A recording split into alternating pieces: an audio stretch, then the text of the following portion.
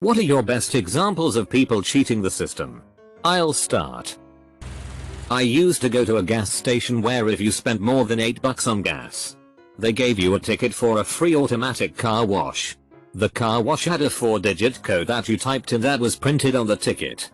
The employees had all these tickets stacked up in a pile on the counter to hand out to people when they got gas. Every time I got gas, I'd go in for my free ticket. They'd hand me one. Then I'd look down at the next one in the stack and memorize that number without even bothering to look at the one the guy handed me. Then I'd go outside and use the memorized number to wash my car and save the ticket the guy gave me until the next time I was passing by. The numbers only worked once, so it probably ticked off a lot of people behind me in line. I left in the middle of the high school AP statistics final exam, having not even attempted the written portion. Yet I received a score of 4 out of 5 for the test.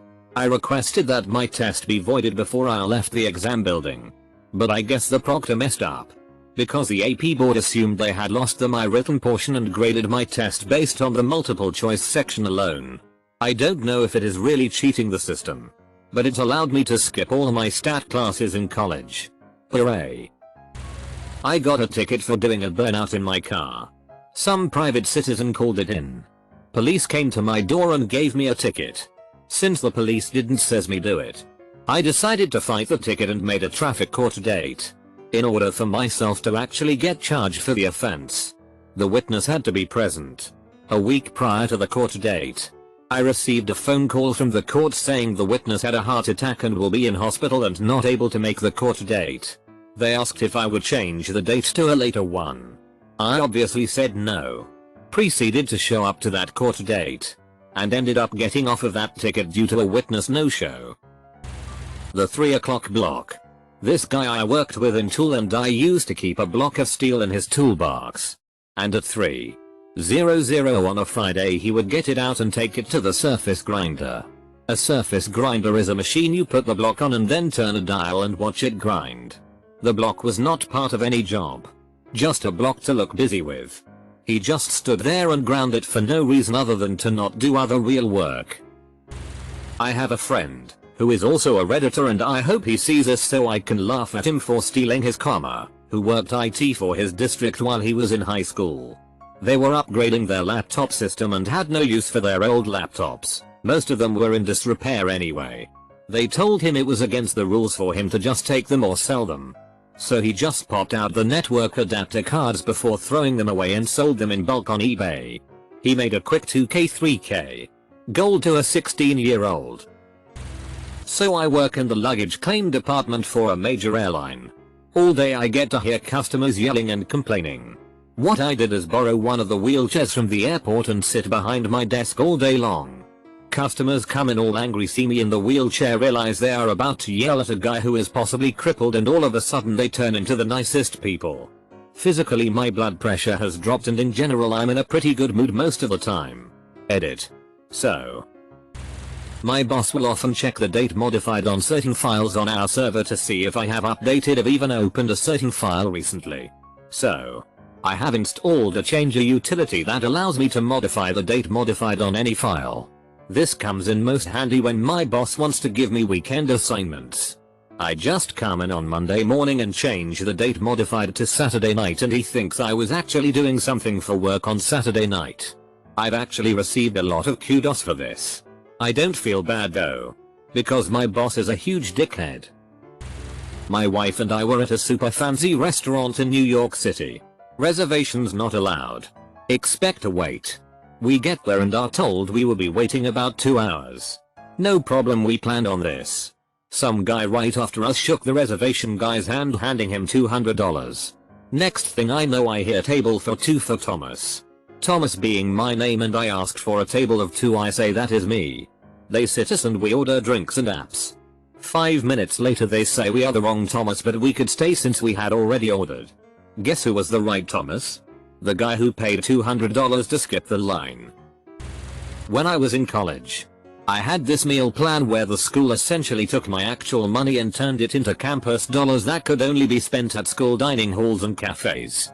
I didn't mind so much until the end of the semester, when I was informed that any unspent campus dollars would go away. I had more than $100 left. And only a day to spend them. Here's what I did. I went to the nicest campus restaurant, the one where you're supposed to take your parents when they come to visit. Basically, a real restaurant with waitstaff. That also happened to take campus dollars. I got the most expensive thing on the menu. And then called the waiter over. I asked him if I could tip him in campus dollars. And he said yes. I asked him if he would have immediate access to those campus dollars. In the form of actual money. And he said yes. So I made him a deal. I gave him a monster tip. And he gave me half of it back in actual money. Many years later. I am still proud of this. I made a server's day. Screwed the man. And got my money back. Whenever people come to the pool where I lifeguard and have guests with them, I always ask them if they live more than 50 miles away. Our policy is guests from more than 50 miles away don't pay guest fees. If they say no, I give them the look and ask them again. They usually say yes after that. Saving customers $2 like a boss. One of the best cheats ever. Know how they have the 3-month free premium channel thing when you switch TV providers? You can get that without switching by calling up your provider and asking to speak to a supervisor and spinning a yarn about how you're unsure since XXXX company will offer you the premium channels. The supervisor's job is to ensure customer satisfaction and they get in trouble if people leave the service under their watch. As such, you will often get a price cut or free premium service. Cox Cable. 5 years free HBO. Stars.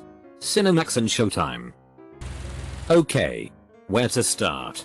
My girlfriend runs a salon. One of her employees, we will call her Casey, has a kid with a deadbeat guy.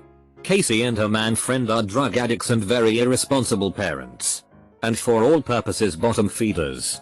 The baby is now just over 12 months or so. And is diagnosed with cancer.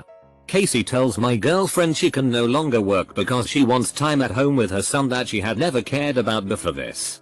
A week later, Casey revisited the salon and brags about how the state of Ohio is paying her son's medical bills and she doesn't have to pay a dime. Cool deal, I guess. The plot thickens. She has the balls to ask my girlfriend in the same conversation to have a fundraiser for her child's medical bills because Casey cannot afford them. My girlfriend is blown away by this. Especially considering Casey quit her job. She politely declines. Casey leaves. A few days later, Casey is on the local news with her deadbeat boyfriend sobbing about how she can't pay the medical bills and cannot find work. She asks people to donate to an account at a local bank. The money is rolling in at this point. Casey appears later at the salon to get a full service cut and color, nails, and shows off the new clothes she had purchased, etc. And before we know it, her son and her crying mug are all over Facebook and the news. Car washes are being held. Spaghetti dinners. Donation bins at local businesses. You name it. All to pay for medical bills already being paid by the state of Ohio. A few months pass. And so does the child. Very sad indeed. The day after the funeral, Casey posts on Facebook pictures of her out partying it up at a local club. And soon after there is a benefit dinner being held for Casey to pay for funeral expenses. And she wants to start a charity for cancer research.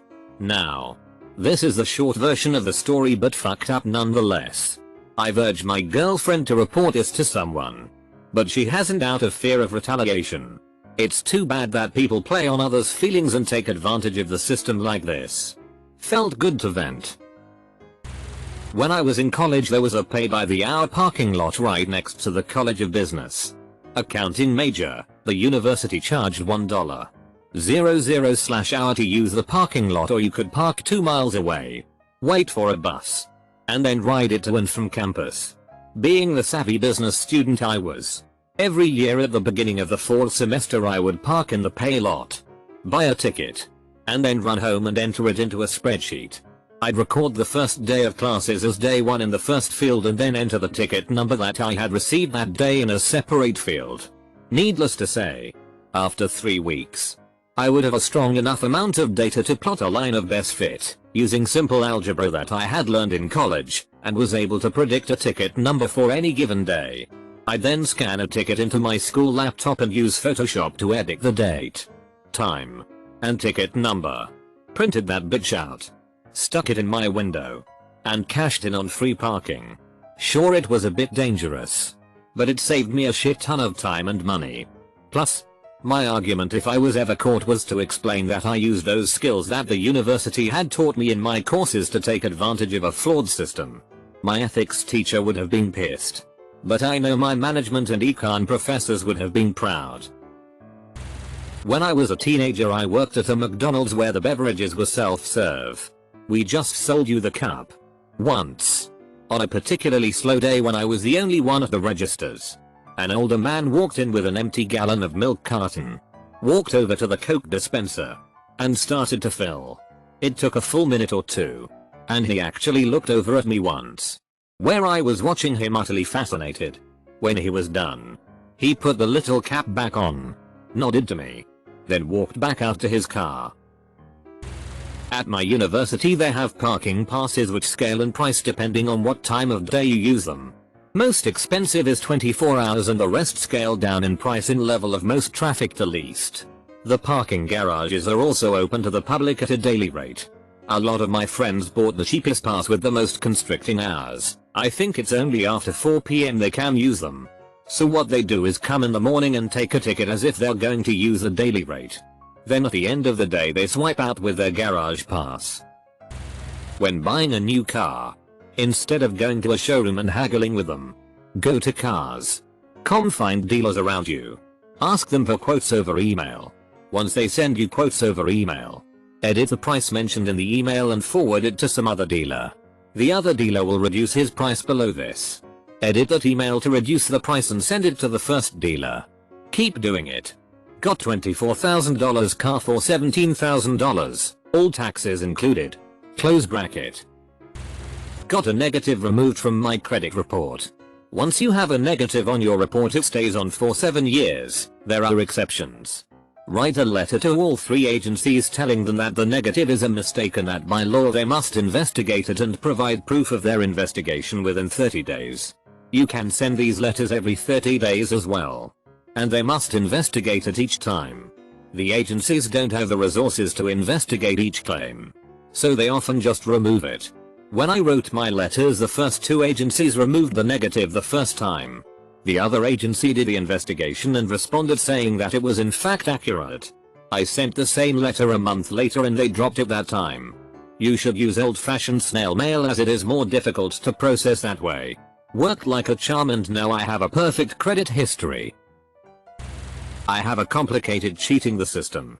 On my iPhone, there is a particular app that awards M points whenever you do certain things in the app. The first time you open it each day, when you watch one of the news stories, that kind of thing. Well, those M points you could trade in later for tons of things, including Amazon gift cards. 5k M points was a $5 Amazon gift card. Watching a 10-minute video was worth, in the beginning, about 300 M points. The trick was that you could drag the bar to the end of the video and it would still trigger the M points. Basically, you could make about $5 a minute the first day they opened it. My buddy and I stayed up super late that night and made several $100s in Amazon gift cards that night, which were just a coupon code you attached to your Amazon account. The next morning they reduced the value from 300 to something like 100 points. Still worth it in that you could make 1/3 of the money, which was essentially free. The final blow was when they reduced the amount to something like 10 points. Then it became too much. In the end, after about a week, we bought 2 high-end gaming computers, parts then assembled, from nearly scratch. We already had a tower and power supply for one, but the other was completely built for free. Courtesy this app. Was incredible. I know a guy who lied about living with his parents to collect the max value of student loans while doing his undergrad. He's now a grad student who is too busy to work and has reached the max number of years of loans and thinks the system is screwing him over. I know a guy who fixes cars out of his home garage for half the price of what a real car mechanic would do. He works a part-time job as a bus driver except for summer and fall tire changing seasons to declare some income, but earns way more off his garage business by undercutting the people who actually pay taxes and stuff. I know a guy who applies to jobs he knows he won't get to stay on unemployment. Man. Quebec. No wonder we're bankrupt. I used to work at a restaurant that would track our tip percentage. but not too much else of our activity. The amount of tables we got per night would be based on our tip percentage. And there was also a regional leaderboard. We were allowed to buy food from the restaurant, but we couldn't bring ourselves in. Which led me and my friend Jim to our greatest discovery.